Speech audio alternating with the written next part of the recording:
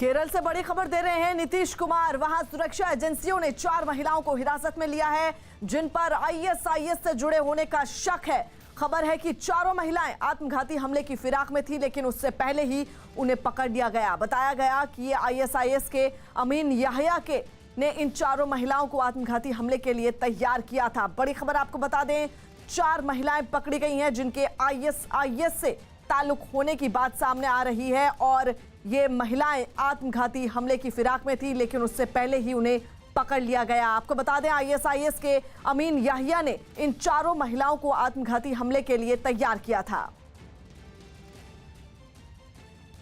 नीतीश कुमार हमारे सहयोगी इस वक्त फोन लाइन पर मौजूद हैं। नीतीश, ये जो 4 महिलाएं पकड़ी गई हैं, क्या प्लानिंग थी इनकी और क्या जानकारी? देखिए, ये अबू याहिया मोहम्मद अमीन जिसका ओरिजिनल नाम है, ये उन महिलाओं को टारगेट कर रहा था जो तलाकशुदा थीं और जो सिंगल थीं। इसने उन्हें रेडिकलाइज कर, ये खुद भी हाईली रेडिकलाइज है, जिहादी की विचारधारा का आदमी है, और इसने टारगेट करके बाकायदा प्लानिंग करके केरला के अलग अलग इलाकों से 4 महिलाओं को टारगेट किया और बाकायदा उनको रेडिकलाइज किया और उन्हें आत्मघाती हमले के लिए इसने तैयार किया था। फिलहाल वो उन 4 महिलाओं को हिरासत में लेकर सुरक्षा एजेंसियां पूछताछ कर रही हैं और ये भी पता चला है कि ये दिल्ली से ही पकड़ा गया था। अभी तक ये जानकारी नहीं आई थी। अबू या पहले भोगल, जो दिल्ली के भोगल का इलाका है, वहां पर एक नामी होटल में रह रहा था। जब उसे पता चला कि सुरक्षा एजेंसियों के रडार पर है, वहां से वो वजीराबाद शिफ्ट कर गया, जहां से उसे पकड़ा गया सुरक्षा एजेंसियों के द्वारा। जी, शुक्रिया नीतीश। आगे बढ़ते हैं। बंगाल विधानसभा चुनाव को लेकर सियासी तापमान गर्म है और अब इसे और तेज करने के लिए पीएम मोदी आज बंगाल आ रहे हैं। सुबह 11 बजे वो पुरुलिया में एक रैली को संबोधित करेंगे। पहले ये रैली 20 मार्च को होनी थी, लेकिन बाद में कार्यक्रम में बदलाव किया गया। बंगाल के अलावा प्रधानमंत्री मोदी की आज असम के करीमगंज में भी एक रैली होनी है। तो वहीं पश्चिम मेदिनीपुर में आज मुख्यमंत्री ममता बनर्जी 3 रैलियों को संबोधित करेंगी। आपको बता दें, पहले चरण में पश्चिम बंगाल की 294 में 30 सीटों पर 27 मार्च को वोट डाले जाएंगे। अजान पर ऐतराज जताने के मुद्दे पर उत्तर प्रदेश की इलाहाबाद यूनिवर्सिटी की कुलपति का विरोध शुरू हो गया। उन्होंने 3 मार्च को प्रयागराज के जिलाधिकारी को इस बारे में एक चिट्ठी लिखी थी और शिकायत की थी कि सुबह की अजान से उनकी नींद में खलल पड़ता है। और जैसे ही ये बात सामने आई, इलाहाबाद यूनिवर्सिटी के ही कुछ छात्र उनके खिलाफ प्रदर्शन करने लगे। इन छात्रों ने कुलपति संगीता श्रीवास्तव की अजान की वजह से नींद टूटने वाली बात पर आपत्ति जताई और उनका पुतला फूंका। मामले की संवेदनशीलता को देखते हुए विश्वविद्यालय में सुरक्षा कड़ी कर दी गई और जैसे ही प्रदर्शन करने वाले छात्र बवाल बढ़ाने के मूड में दिखे, पुलिस वाले उन्हें रोकने पहुंच गए। हालांकि इससे पहले इन छात्रों ने काफी हंगामा किया और उन्होंने नारे लगाते हुए कुलपति का पुतला जलाया। ये पूरा हंगामा उस समय हुआ जब इलाहाबाद यूनिवर्सिटी की कुलपति संगीता श्रीवास्तव प्रयागराज में नहीं है। वो गुजरात हाई कोर्ट के चीफ जस्टिस विक्रम नाथ की पत्नी है और 15 मार्च से छुट्टी पर है। वाइस चांसलर इन दिनों गुजरात में है। इस पत्र के सार्वजनिक होने के बाद एक तरह से हड़कंप मचा हुआ है और जो अधिकारी हैं इस मामले में बहुत कुछ बोलने को तैयार नहीं है। हालांकि इस बारे में उनके घर के बाहर तैनात सुरक्षा कर्मी ने मीडिया से बात की। हम लोग तो ड्यूटी पर रहते हैं, मैडम देर रात तक जगती हैं, तो सुबह में अचानक इतना तेज आवाज आती है तो डिस्टर्बेंस। संगीता श्रीवास्तव ने अपनी चिट्ठी प्रयागराज के जिलाधिकारी के अलावा कमिश्नर, आईजी और डीआईजी को भी भेजी है, जिसके बाद इस मुद्दे पर जबानी जंग भी छिड़ गई।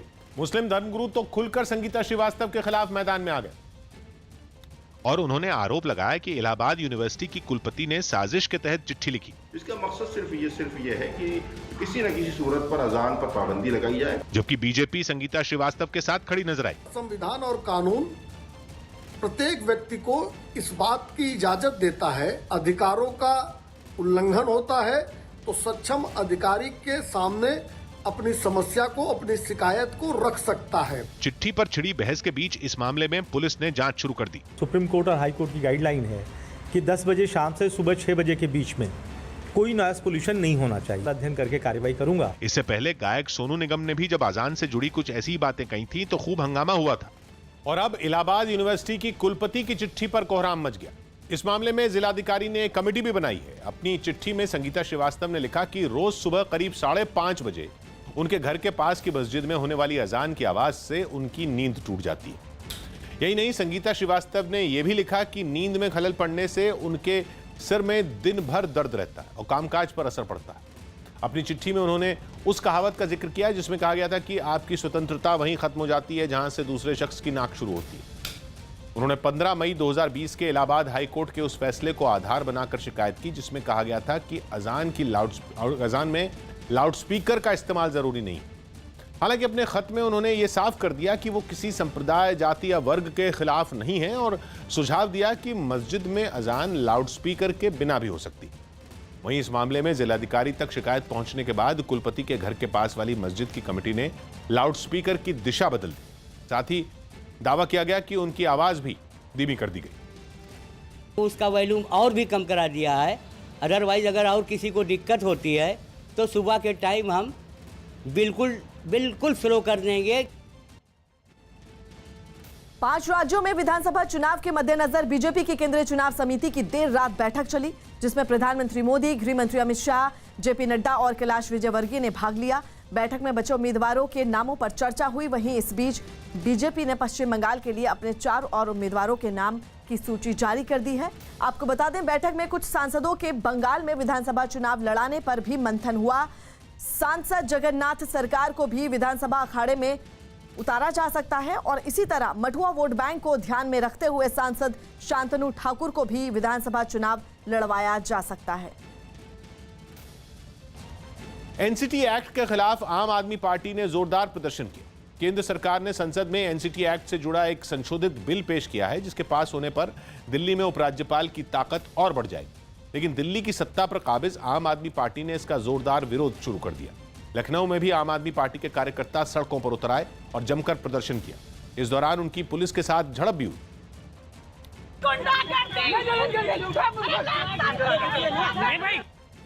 पुलिस ने भी ताकत का इस्तेमाल करते हुए सभी को वहां से खदेड़ दिया। सामने आई एक तस्वीर में तो पुलिस एक कार्यकर्ता को डंडे से पीटती दिखी।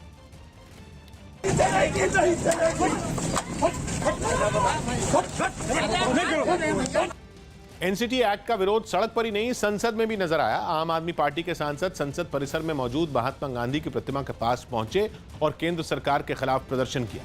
इन सांसदों ने सरकार पर लोकतंत्र की हत्या करने का आरोप लगाया। दिल्ली की जनता ने प्रचंड बहुमत से एक सरकार चुनी है, उस सरकार का क्या मतलब रह जाएगा? लोकतंत्र का क्या मतलब रह जाएगा? जवाब में बीजेपी ने दिल्ली की केजरीवाल सरकार पर जमकर निशाना साधा और एनसीटी एक्ट में संशोधन को दिल्ली के लिए बेहद जरूरी ठहरा दिया। दिल्ली की जनता ने सिर्फ आपको नहीं चुना, हमें भी चुना है और सबको अपने काम करने के लिए जी चुना है, ना कि अनार्की फैलाने के लिए। एक दिन पहले भी आम आदमी पार्टी के सांसदों ने संसद परिसर में इसी मुद्दे पर प्रदर्शन किया था, जिसके अगले ही दिन मुख्यमंत्री केजरीवाल की अगुवाई में आम आदमी पार्टी ने दिल्ली के जंतर मंतर में केंद्र सरकार के खिलाफ मोर्चा खोल दिया और बड़ी तादाद में आम आदमी पार्टी के कार्यकर्ताओं ने वहां पहुंचकर केंद्र सरकार के खिलाफ जोरदार प्रदर्शन किया। इस दौरान वहां मुख्यमंत्री केजरीवाल के अलावा दिल्ली के उप मुख्यमंत्री मनीष सिसोदिया और दूसरे नेता भी पहुंचे जिन्होंने केंद्र सरकार पर दिल्ली की चुनी हुई सरकार को कमजोर करने का आरोप लगाया। प्रदर्शन के दौरान केंद्र सरकार के फैसले के खिलाफ लड़ाई लड़ने की भी अपील की गई। जनता ने 70 में से 65 सीट दी, उसका कोई मतलब नहीं बचा। अगर दिल्ली सरकार का मतलब एलजी होगा तो फिर तो जनता के साथ तो धोखा हो गया। एक्ट पर सिर्फ आम आदमी पार्टी नहीं, कांग्रेस ने भी मोर्चा खोल दिया। कांग्रेस ने इस मुद्दे पर केंद्र सरकार के साथ दिल्ली के मुख्यमंत्री अरविंद केजरीवाल पर भी जोरदार निशाना साधा और जंतर मंतर पर जोरदार प्रदर्शन भी किया। वहां मौजूद कांग्रेस कार्यकर्ता हाथों में तख्तियां और पोस्टर लिए नजर आए जिनके जरिए केंद्र सरकार के साथ दिल्ली की केजरीवाल सरकार पर भी सवाल उठाए गए। कांग्रेस ने मुख्यमंत्री अरविंद केजरीवाल को केंद्र की कठपुतली बता दिया। दिल्ली के मुख्यमंत्री को आज 50 दिन बाद याद आई है कि दिल्ली के अधिकार छीने जा रहे हैं, दिल्ली की जनता के अधिकार छीने जा रहे हैं। पश्चिम बंगाल के उत्तर 24 परगना में बीजेपी सांसद अर्जुन सिंह के घर के पास कल रात सिलसिलेवार बम धमाके हुए। धमाकों में 3 लोग घायल हो गए। घायलों में एक बच्चा, एक युवक और एक बुजुर्ग महिला शामिल हैं, जिन्हें इलाज के लिए अस्पताल में भर्ती करवाया गया है। आपको बता दें, सांसद अर्जुन सिंह ने भी बम हमले की पुष्टि की है। तो वहीं बीजेपी सांसद ने आरोप लगाया कि हमलावर टीएमसी कार्यकर्ता था। अर्जुन सिंह ने कहा कि आज वो चुनाव आयोग से इसकी शिकायत करेंगे। बार बार बोलने के बावजूद भी पुलिस को हम लोग इन्फॉर्मेशन कर रहे हैं कि आज 10 दिन से इस तरह से आर्म्स एमुनेशन लेके घूम रहे हैं। सब अपराधी घूम रहे हैं खुलेआम, उनको पुलिस कुछ नहीं कर रही है और बिना मतलब का निरीह लोगों को पुलिस परेशान कर रही है। तो इलेक्शन कमीशन को भी हमने जनाया था। आज हमने देखा कम से कम 15 से 16 जगह बम चला है। पुलिस का ये भी CCTV कैमरा भी तोड़ा है। सब टीएमसी का पर्यायवाची हिंसा की राजनीति हो गई और वहाँ पर राजनीति करना मतलब अपनी जान पे हथेली लेकर चलना है। कुल मिलाकर आचार संहिता लग गई, पर फिर भी पुलिस के सामने गुंडे वहाँ पर बम फेंक रहे हैं, गोलियाँ चला रहे हैं। ये बहुत ख़राब स्थिति है और मैं समझता हूँ चुनाव आयोग को इसको एक चेतावनी की तरह लेना चाहिए, चिंता करना चाहिए, नहीं तो आने वाले समय में मतदान शांतिपूर्ण हो सकेगा, इसमें हमें शंका है। यमन के हज्जा प्रांत में कब्जा करके बैठे हुती विद्रोहियों और सेना के बीच जंग तेज हो गई। यमन में करीब 6 साल पहले शुरू हुए गृह युद्ध में 1 लाख से ज्यादा लोगों की बलि चढ़ चुकी है, लेकिन यमन पर राज करने के लिए लड़ी जा रही ये खूनी जंग अब भी जारी है, जिसका दिल दहला देने वाला वीडियो हज्जा प्रांत से सामने आया, जिसमें इलाके से हुती विद्रोहियों को खदेड़ने के लिए सेना के लड़ाके पूरे एक्शन में नजर आए।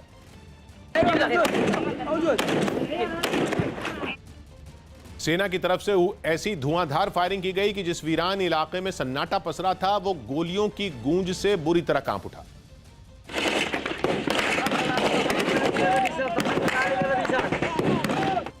हूथी विद्रोहियों को चारों खाने चित करने के लिए सेना की बख्तरबंद गाड़ियां भी चप्पे चप्पे पर तैनात नजर आईं और सिर्फ गोलियां ही नहीं बल्कि भारी भरकम गोले भी जमकर दागे गए।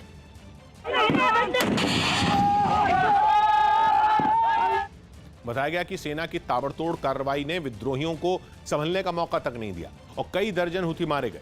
सेना के एक्शन की वजह से कई बड़े बड़े इलाके भी विद्रोहियों के कब्जे से छुड़ा लिए गए।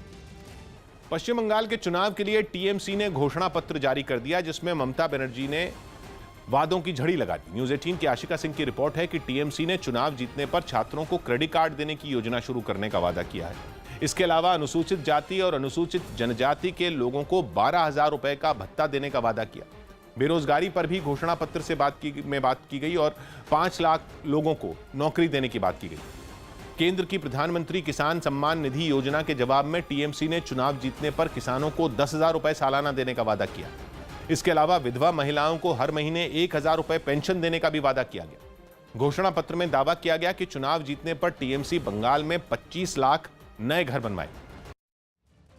पश्चिम बंगाल के आसनसोल दक्षिण विधानसभा सीट से टीएमसी के उम्मीदवार साइनी घोष का रानीगंज इलाके में हिंदू संगठन से जुड़े लोगों ने जमकर विरोध किया।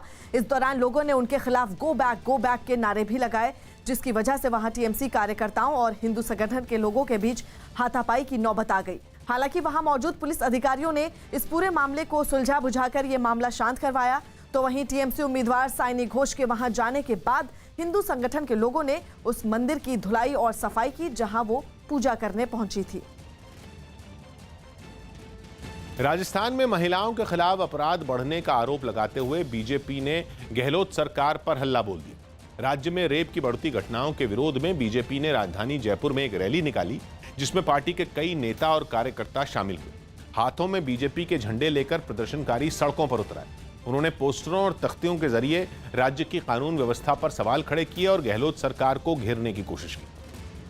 राजस्थान में महिलाओं के खिलाफ बढ़ते अपराधों के खिलाफ बीजेपी ने आज हल्ला बोल दिया। बीजेपी के कार्यकर्ता सड़कों पर निकले हैं और जयपुर के अंदर मार्च निकाल रहे हैं। बीजेपी की ये रैली कई इलाकों से होते हुए जिला कलेक्टर के दफ्तर तक पहुंची। इस दौरान बड़ी संख्या में महिला कार्यकर्ता भी इस मार्च में शामिल हुई। राजस्थान जो शौर्य के लिए माना जाता था, आज अपराध में नंबर 1 है। खबर है कि प्रदर्शनकारियों ने राज्यपाल के नाम जिला कलेक्टर का एक ज्ञापन भी सौंपा। मध्य प्रदेश के रतलाम से एक हैरान करने वाली तस्वीर सामने आई, जहां अवैध कब्जों पर कार्रवाई के विरोध में एक शख्स ने खुदकुशी की कोशिश की। यह हंगामा तब हुआ जब प्रशासन के अधिकारी भारी पुलिस बल के साथ इलाके में कार्रवाई करने के लिए पहुंचे थे, लेकिन वहां एक शख्स ने खुद पर केरोसिन का तेल डालकर खुदकुशी करने की कोशिश की, जिसे वक्त रहते पुलिस ने रोक लिया। फिर पुलिस वाले उसे पकड़कर अपने साथ ले जाने लगे, लेकिन तभी उसने किसी नुकीली धातु से खुद पर हमला करने की कोशिश की।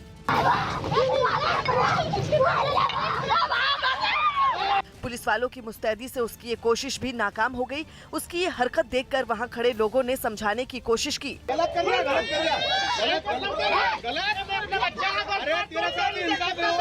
बहुत देर तक जमीन पर गिरे हुए उस आदमी से पुलिस वाले जद्दोजहद करते रहे।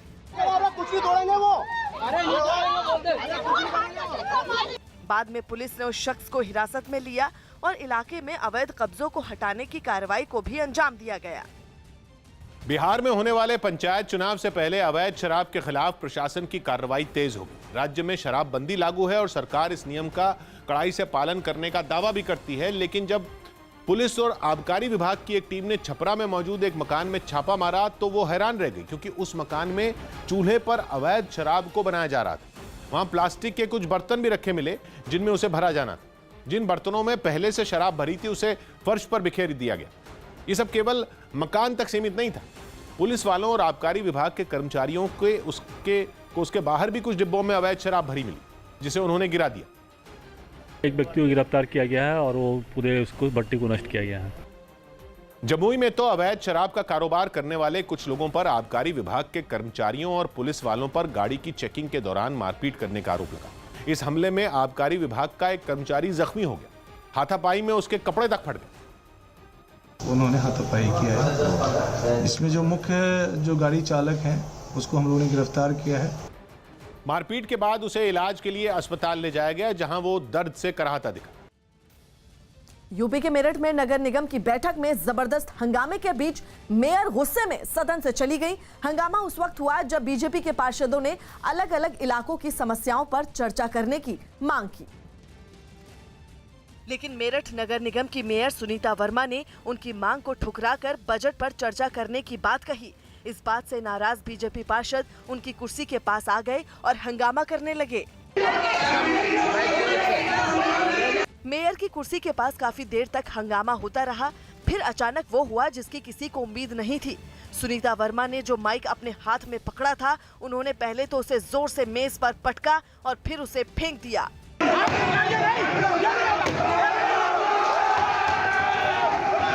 उनकी इस हरकत की वजह से मेज के दूसरी तरफ बैठे पार्षदों को चोट लगते लगते बची। हालांकि सुनीता वर्मा के जाते ही सदन में हंगामा तेज हो गया। इस हंगामे की वजह से सदन में कुछ देर के लिए धक्का मुक्की के हालात भी बन गए। खबर है कि पाकिस्तान की खुफिया एजेंसी ISI और वहां की सेना सीजफायर समझौते की आड़ में भारत के खिलाफ साजिश रच रही। न्यूज 18 के पवन शर्मा की रिपोर्ट है कि जम्मू कश्मीर का माहौल बिगाड़ने के मकसद से POK में मौजूद आतंकी संगठन धड़ल्ले से आतंकियों की भर्ती में जुटे हैं। सूत्रों के मुताबिक ISI इस काम के लिए वहां मदरसों के मौलवियों पर दबाव बना रही है, जो 17 से 24 साल की उम्र के लड़कों को आतंक की राह पर लाने में दिन रात जुटे। जबकि खबर है कि पंजाब प्रांत के सियालकोट जिले से भी युवाओं को मोटे वेतन का लालच देकर आतंकी संगठन में शामिल कराया गया। बताया गया कि इस साजिश का जिम्मा जनरल बाजवा के करीबी रहे पूर्व ब्रिगेडियर रशीद सुल्तान को सौंपा गया। इंडिया लेजेंड्स की team road safety world series के फाइनल में पहुंच गई। सेमीफाइनल मुकाबले में इंडिया लेजेंड्स ने वेस्टइंडीज लेजेंड्स को 12 रनों से हरा दिया। इंडिया लेजेंड्स ने पहले खेलते हुए 218 रनों का विशाल स्कोर खड़ा किया, जिसके जवाब में वेस्टइंडीज लेजेंड्स की टीम 206 रन ही बना सकी। दरअसल वेस्टइंडीज लेजेंड्स ने टॉस जीतकर पहले गेंदबाजी करने का फैसला किया, लेकिन पारी शुरू होते ही वेस्टइंडीज का फैसला उल्टा पड़ता हुआ दिखाई देने लगा। सहवाग और सचिन ने शानदार शुरुआत दी। बीच के ओवरों में यूसुफ पठान ने भी तेजी से रन बनाए। वहीं आखिर के ओवरों में युवराज एक बार फिर सिक्सर सिंह वाली भूमिका में नजर आए। हालांकि वेस्टइंडीज की शुरुआत भी आक्रामक रही, लेकिन काफी कोशिश के बावजूद भी वेस्टइंडीज की टीम मंजिल तक नहीं पहुंच सकी। अमेरिका के ओंटारियो से सांसें थाम कर रख देने वाली तस्वीरें सामने आई, जहां एक मकान में ऐसा जोरदार धमाका हुआ जिससे न सिर्फ वो तिनकों में तब्दील हो गया, बल्कि दुख की बात यह रही कि इसमें 2 लोगों की मौत भी हो गई। बताया गया कि उस मकान में चोरी छिपे बड़े पैमाने पर पटाखे रखे थे और उन्हीं में आग लग गई। और उसके बाद जो खौफनाक मंजर सामने आया वो किसी के भी रोंगटे खड़े कर देने के लिए काफी था। कुछ ही सेकंड में पूरा का पूरा मकान धमाके से उड़ गया।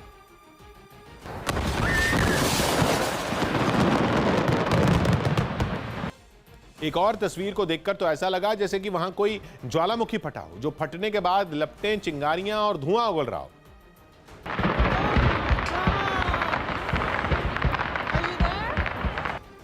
इस ताकतवर धमाके ने पूरे इलाके को दहला दिया, जबकि काफी दूरी पर मौजूद मकानों के भी शीशे तोड़ दिए। थोड़ी देर बाद वहां पुलिस, फायर ब्रिगेड और कई रेस्क्यू टीमें पहुंच गई। इस हादसे में 3 लोग घायल भी हो गए, जिन्हें पुलिस ने अस्पताल पहुंचाया और उसके बाद पूरे इलाके को सील कर दिया। Without knowing exactly what was in there, but due to the large explosion, it would be at minimum investigating a felony. धमाके में उस मकान की छत उड़ गई और सिर्फ ढांचा ही बाकी रह गया। उसके आसपास का इलाका भी खंडहर में बदल गया। मकान और उसके आसपास की इमारतों से लपटें और धुआं उठता दिखा, जिनसे निपटने के लिए वहां फायर ब्रिगेड की कई टीमें जुटी थी। यूपी के बागपत में भूमाफिया के खिलाफ चल रही मुहिम के तहत प्रशासन ने कई अवैध निर्माण ध्वस्त कर दिए। इस बार प्रशासन ने उन इलाकों को चुना जहां नक्शा पास करवाए बिना निर्माण शुरू किया गया और उन इलाकों में पूरी कॉलोनी बसाने की तैयारी चल रही थी। खुदाई करने वाली मशीनों के साथ पहुंचे प्रशासन के अधिकारियों ने वहां पहुंचते ही अवैध निर्माण पर सरकारी हथौड़ा चला दिया। आमतौर पर इस तरह की कार्रवाई में अवैध इमारतों या उन इमारतों को गिराया जाता है जो काफी हद तक बनकर तैयार हो चुकी हो, लेकिन इस बार प्रशासन ने वक्त रहते ही कार्रवाई कर दी और कई ऐसे निर्माण भी गिराए जो कुछ दिन पहले ही बनने शुरू हुए थे। जो भी कॉलोनी अगर डेवलप कर रहे हैं तो वो प्रॉपर वे में नियम और प्रक्रिया का पालन करके ही अपना करें। प्रशासन की तरफ से लोगों से भी अपील की गई कि वो किसी भी इलाके में मकान या जमीन खरीदने से पहले उसके नक्शे की पड़ताल कर लें। महाराष्ट्र के बारामती में एक ऑटो ड्राइवर ने बीच सड़क पर जबरदस्त लावणी डांस कर लोगों को अपना दीवाना बना दिया और दावा है कि अब उसे फिल्मों के ऑफर भी मिलने लगे। बाबाजी कांबले नाम के इस ऑटो ड्राइवर के डांस का एक वीडियो सोशल मीडिया पर जमकर वायरल हुआ, जिसमें वो महाराष्ट्र का मशहूर लावणी डांस करता नजर आया। डांस भी ऐसा जिसे देख बड़े बड़े डांसरों और एक्टरों के पसीने छूट जाएं।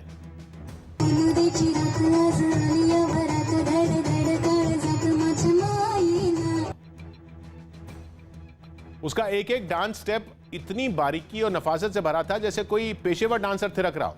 उसे इस तरह झूमते देख वहां मौजूद लोग भी तालियां बजाने पर मजबूर हो गए।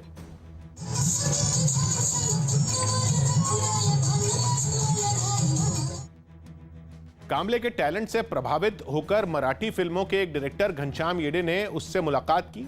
कांबले ने दावा किया कि घनश्याम येडे ने उन्हें 2 मराठी फिल्मों का ऑफर भी दिया। मेरे को 2 पिक्चर का ऑफर भी दिया और साइन करके लिया कि मैं 2 पिक्चर दे रहा हूँ। बताया गया कि कांबले ने अपने दोस्तों के कहने पर अचानक सड़क पर डांस शुरू कर दिया था, जिसका किसी ने वीडियो बनाकर वायरल कर दिया। पूरी दुनिया को कोरोना नाम का नासूर देने वाला चीन अपनी गलती तो क्या ही मानेगा, उल्टा वो इस महामारी में भी अपने टीके के जरिए मुनाफा कमाने की फिराक में। न्यूज़ 18 के नीरज कुमार की रिपोर्ट है कि दिल्ली में मौजूद चीनी दूतावास ने भारत से चीन जाने वाले यात्रियों के लिए एक नई शर्त का ऐलान कर दिया, जिसके मुताबिक अगर भारत से किसी शख्स को चीन जाना है तो उसे चीन में बनी कोरोना की वैक्सीन लगवानी होगी। यानी आदमी को भारतीय वैक्सीन लगी भी हो तो भी कोई मतलब नहीं। चीन का वीजा तभी मिलेगा जब उसने चीन का बनाया टीका लगवाया, जबकि चीन की वैक्सीन को WHO से मंजूरी ही नहीं मिली है और न ही भारत में उसका बनाया टीका उपलब्ध है। भारत के अलावा पाकिस्तान, ऑस्ट्रेलिया, इटली और इजराइल जैसे 19 देशों के लिए भी ये शर्त रखी गई। ये हमारी एक रिक्वेस्ट होगी गवर्नमेंट को, दोनों गवर्नमेंट को रिक्वेस्ट होगी कि ये अलाउ कर दिया जाए इसके बारे में कि जैसे कोविशील्ड या कोवी वैक्सीन हो, उनके पास अगर वैक्सीन लेने का सर्टिफिकेट हो तो ये वैक्सीन अलाउ करके उनको एंट्री कर दिया जाए। पश्चिम बंगाल विधानसभा चुनावों में पहले चरण की वोटिंग से पहले मुख्यमंत्री ममता बनर्जी को एक और बड़ा झटका लग सकता है। टीएमसी के संस्थापक सदस्यों में शामिल और पार्टी के सांसद शिशिर अधिकारी भी जल्द बीजेपी का दामन थाम सकते हैं। शिशिर अधिकारी नंदीग्राम से ममता को चुनौती दे रहे शुभेंदु अधिकारी के पिता हैं। शिशिर अधिकारी ने मीडिया से कहा कि अब वो टीएमसी के साथ नहीं है। इसके अलावा वो पूर्वी मेदिनीपुर के कांथी में 20 मार्च को होने जा रही पीएम मोदी की रैली में मौजूद रहेंगे।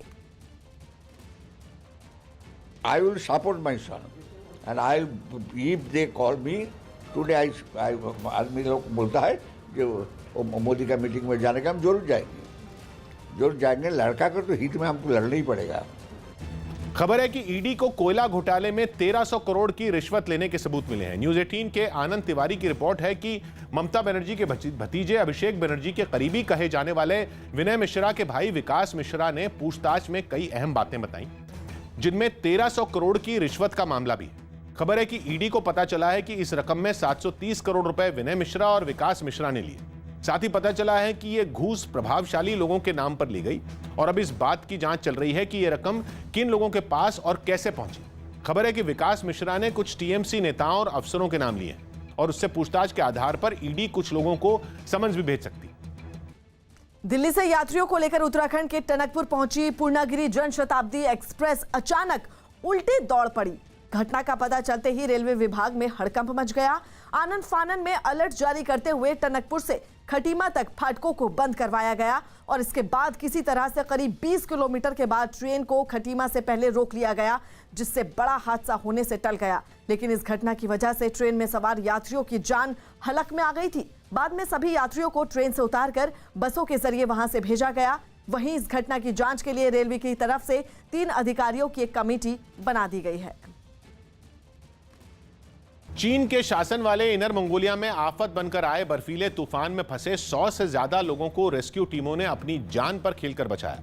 तूफान में वहां के कई शहरों में जगह जगह हजारों लोग फंस गए, जिसकी कुछ तस्वीरें इनर मंगोलिया के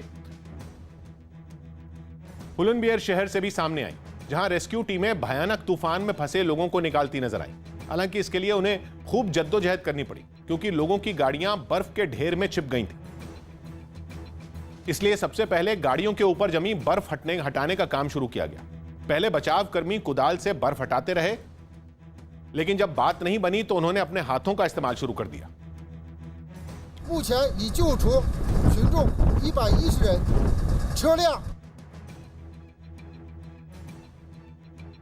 चारों तरफ बिछी बर्फ और हाड़ कपा देने वाली ठंड ने रेस्क्यू टीमों के सामने कड़ी चुनौती पेश की, लेकिन उन्होंने हार नहीं मानी। गाड़ियों से बर्फ हटाने के बाद सड़कों पर जमी बर्फ को साफ किया गया। इसके बाद एक एक कर वहां से भी गाड़ियों को रवाना कर दिया गया। पश्चिम बंगाल के पुरुलिया और असम के करीमगंज में प्रधानमंत्री नरेंद्र मोदी रैली करेंगे। प्रधानमंत्री नरेंद्र मोदी सुबह 11 बजे पश्चिम बंगाल के पुरुलिया में रैली करेंगे। पहले ये रैली 20 मार्च को होनी थी, लेकिन अब इसे 2 दिन पहले ही किया जा रहा है। इसके बाद पीएम असम के करीमगंज में चुनावी जनसभा को संबोधित करेंगे। कोरोना के बढ़ते खतरे को देखते हुए गुजरात में अहमदाबाद और सूरत में आज से सिटी बसों को अगले आदेश तक के लिए बंद कर दिया गया।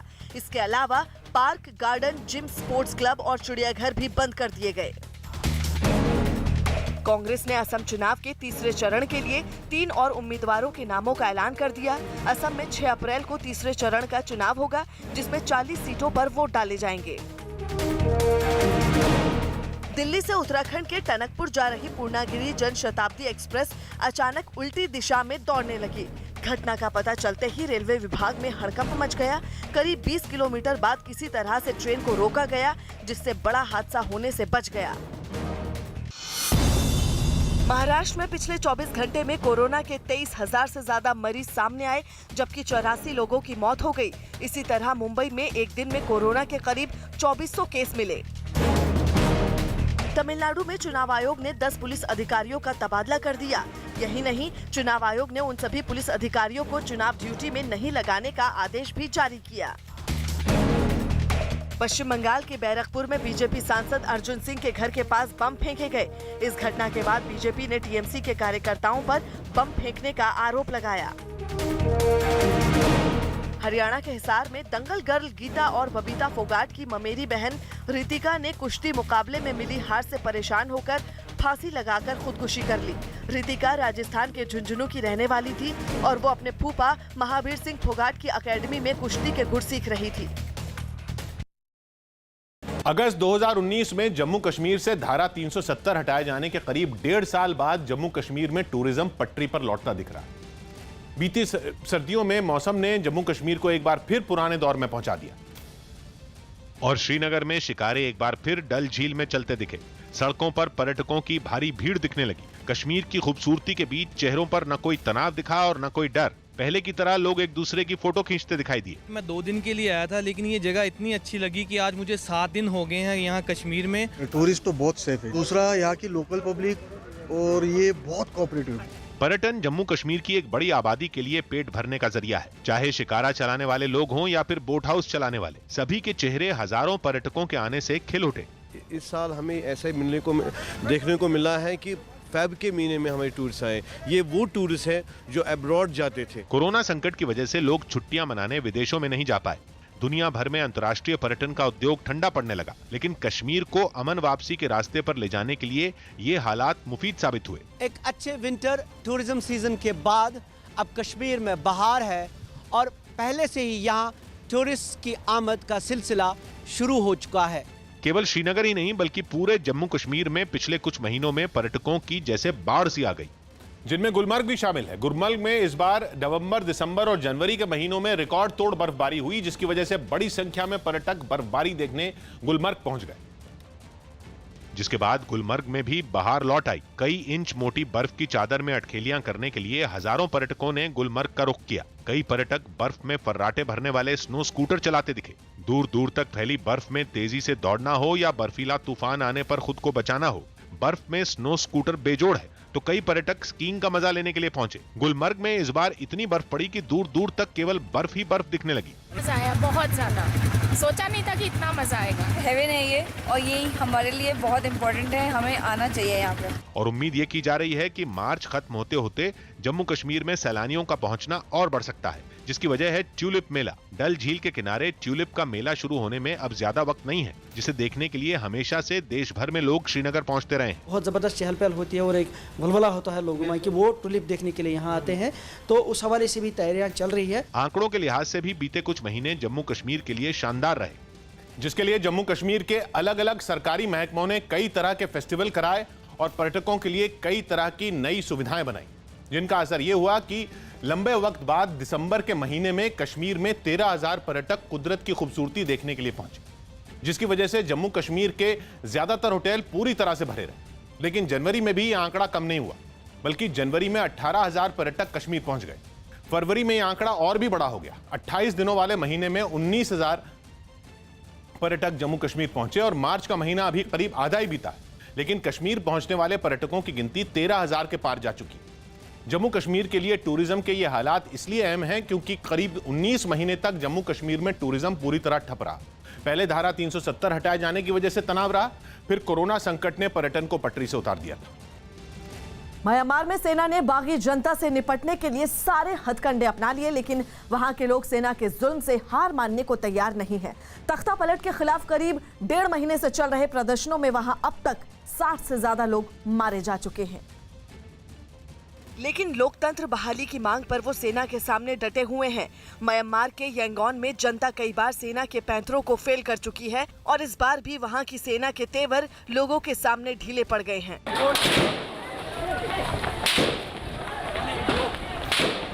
यांगोन के कई इलाकों में हथियारबंद सेना के जवान प्रदर्शनकारियों से काफी दूर खड़े नजर आए। प्रदर्शनकारियों ने भी उनसे निपटने के लिए पेट्रोल बम और गुलेल जैसे हथियारों को अपना लिया है। इस प्रदर्शन में कुछ लोग हेलमेट पहने भी नजर आए ताकि लाठियां पड़ने की सूरत में खुद को बचाया जा सके। तख्ता पलट के बाद म्यांमार की सेना कई बार वहां खून की होली खेल चुकी है, लेकिन लोगों का जोश हर बार उसके लिए नई चुनौती बनकर सामने आ रहा है। हिमाचल के मंडी से बीजेपी सांसद रामस्वरूप शर्मा की संदिग्ध हालत में मौत हो गई। जानकारी मिली है कि पुलिस को उनका शव दिल्ली के उनके सरकारी घर में पंखे से लटका मिला। हालांकि अब तक यह पता नहीं चल पाया कि उनकी मौत का कारण क्या है और पुलिस की जांच चल रही है। इससे पहले बीजेपी सांसद रामस्वरूप शर्मा के घर पहुंची पुलिस उनके शव को एम्बुलेंस से अस्पताल ले गई, जिसके बाद तफ्तीश शुरू हुई और फोरेंसिक टीम भी वहां पहुंची। इस वक्त गोमती अपार्टमेंट में हम लोग मौजूद हैं। फिलहाल तमाम एंगल खंगाले जा रहे हैं। अभी तक पुलिस की तरफ से जो जानकारी मिली है, कोई सुसाइड नोट बरामद नहीं हुआ है। वहीं बीजेपी सांसद की मौत की खबर मिलते ही हिमाचल के मंडी जिले के उनके गांव में मातम पसर गया। उन्हें जानने वालों को तो यकीन ही नहीं हुआ कि अचानक वो उन्हें छोड़कर चले गए। स्वभाव उनका मेल जोल का था, कोई उसका और किसी से कोई द्वेष भी नहीं था। गृह मंत्री अमित शाह ने भी बीजेपी सांसद रामस्वरूप शर्मा के निधन पर शोक जताया। खबर है कि रामस्वरूप शर्मा पिछले कई दिनों से बीमार थे। राजस्थान की राजधानी जयपुर में कुछ लोगों ने संजीव प्रकाशन के दफ्तर में जमकर तोड़फोड़ की। आरोप है कि संजीव प्रकाशन ने राजस्थान की 12वीं की राजनीति विज्ञान की किताब में इस्लामिक आतंकवाद से जुड़ा विवादित लेख छाप दिया था, जिस पर लोग भड़क गए। इन लोगों ने पहले दुकान में तोड़फोड़ की और उसके बाहर कई किताबों को आग के हवाले कर दिया। इतना ही नहीं, इस दौरान बवाल कर रहे लोगों ने पुलिस और प्रशासन के खिलाफ नारेबाजी भी की। बंगाल चुनाव के बीच न्यूज 18 ने एक ऐसा स्टिंग ऑपरेशन किया जिससे बंगाल में चल रही देसी बमों की अवैध फैक्ट्रियों का पर्दाफाश हो गया। ऑपरेशन ब्लास्ट में हमारी टीम अपनी जान दांव पर लगाकर देसी बमों के एक अवैध कारखाने में पहुंच गई, जहां बम बना रहे लोगों ने हमारी टीम से खुलकर बात की। ये क्या हो रहा है अभी? हमारा बोमा बना चुके बम। हाँ, क्या बना रहे हैं? बम। हाँ। बम बनाने वालों ने यह भी बताया कि उनका बनाया एक भी बम बड़ा नुकसान कर सकता है। ये कितना नुकसान करेगा? अगर हम भीड़ पे फेंकते हैं? हाँ, बुझेছি ক্ষতি করতে গেলে এটা এরকম আছে জিনিসটা नहीं समझ में आया।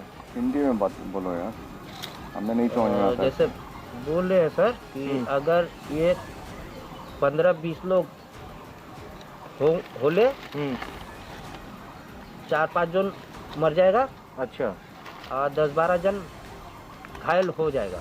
सबसे हैरानी की बात यह कि बम बनाने वालों को बड़े ऑर्डर चुनावों और दंगों में ही मिलते हैं। तो ये क्या इलेक्शन के दौरान ही ऑर्डर मिलता है या साल भर आपका लोग का काम चलता है? नहीं सर, আমাদের এটা বছরে ইলেকশনে পড়লে চাই কোনো জায়গা দঙ্গা ফঙ্গা হলে আমাদের অর্ডার আসে। अच्छा, मतलब इलेक्शन के दौरान भी, इसके अलावा अगर कहीं कोई दंगा कराना होता तो भी? हाँ सर, हाँ सर। इस स्टिंग ऑपरेशन में बम बनाने वालों ने बमों की कीमत भी बताई और यह भी बताया कि उन्हें खरीदारों तक पहुंचाया कैसे जाता है। यहां तक कि उन्होंने बम फेंककर उनकी ताकत भी दिखाई। इस स्टिंग ऑपरेशन से साबित हो गया कि बंगाल में राजनीति और हिंसा का चोली दामन का साथ है। कोरोना के तेजी से बढ़ रहे मामलों को देखते हुए अहमदाबाद प्रशासन ने आज से बस सेवाओं पर रोक लगाने का आदेश जारी किया है। प्रशासन की ओर से कहा गया कि कोरोना के मामलों में आ रहे उछाल को देखते हुए अहमदाबाद म्युनिसिपल ट्रांसपोर्ट सर्विस और अहमदाबाद बस रैपिड ट्रांजिट सिस्टम की बसों के संचालन पर आज से अगले आदेश तक रोक रहेगी। बता दें कि गुजरात में कोरोना के मामले तेजी से बढ़ रहे हैं। गुजरात में कल कोरोना के 1122 नए मामले सामने आए हैं। उत्तर प्रदेश के मेरठ से एक डराने वाली तस्वीर सामने आई। वहां कुछ बदमाशों ने एक मोटरसाइकिल सवार को पिस्तौल दिखाकर लूट ली। बताया गया कि वो आदमी देर रात अपना मेडिकल स्टोर बंद करने के बाद घर लौट रहा था, लेकिन रास्ते में मोटरसाइकिल सवार कुछ बदमाशों ने उसे रोक लिया और लूटपाट के इरादे से उसे डराने धमकाने लगे। जब तक कि वो कुछ समझ पाता, एक बदमाश ने पिस्तौल निकालकर उसकी तरफ तान दी, जिसे दुकानदार बुरी तरह सहम गया। ये देख बदमाशों ने उसकी तलाशी लेनी शुरू कर दी। एक बदमाश उस पर पिस्तौल ताने रहा, जबकि दूसरे ने उसकी जेब में रखी नकदी और मोबाइल फोन छीन लिया। इस दौरान वहां से कुछ गाड़ियां गुजरती भी दिखीं, लेकिन किसी ने भी बीच बचाव की कोशिश नहीं की। लूटपाट करने के बाद बदमाश बड़े आराम से वहां से फरार हो गए।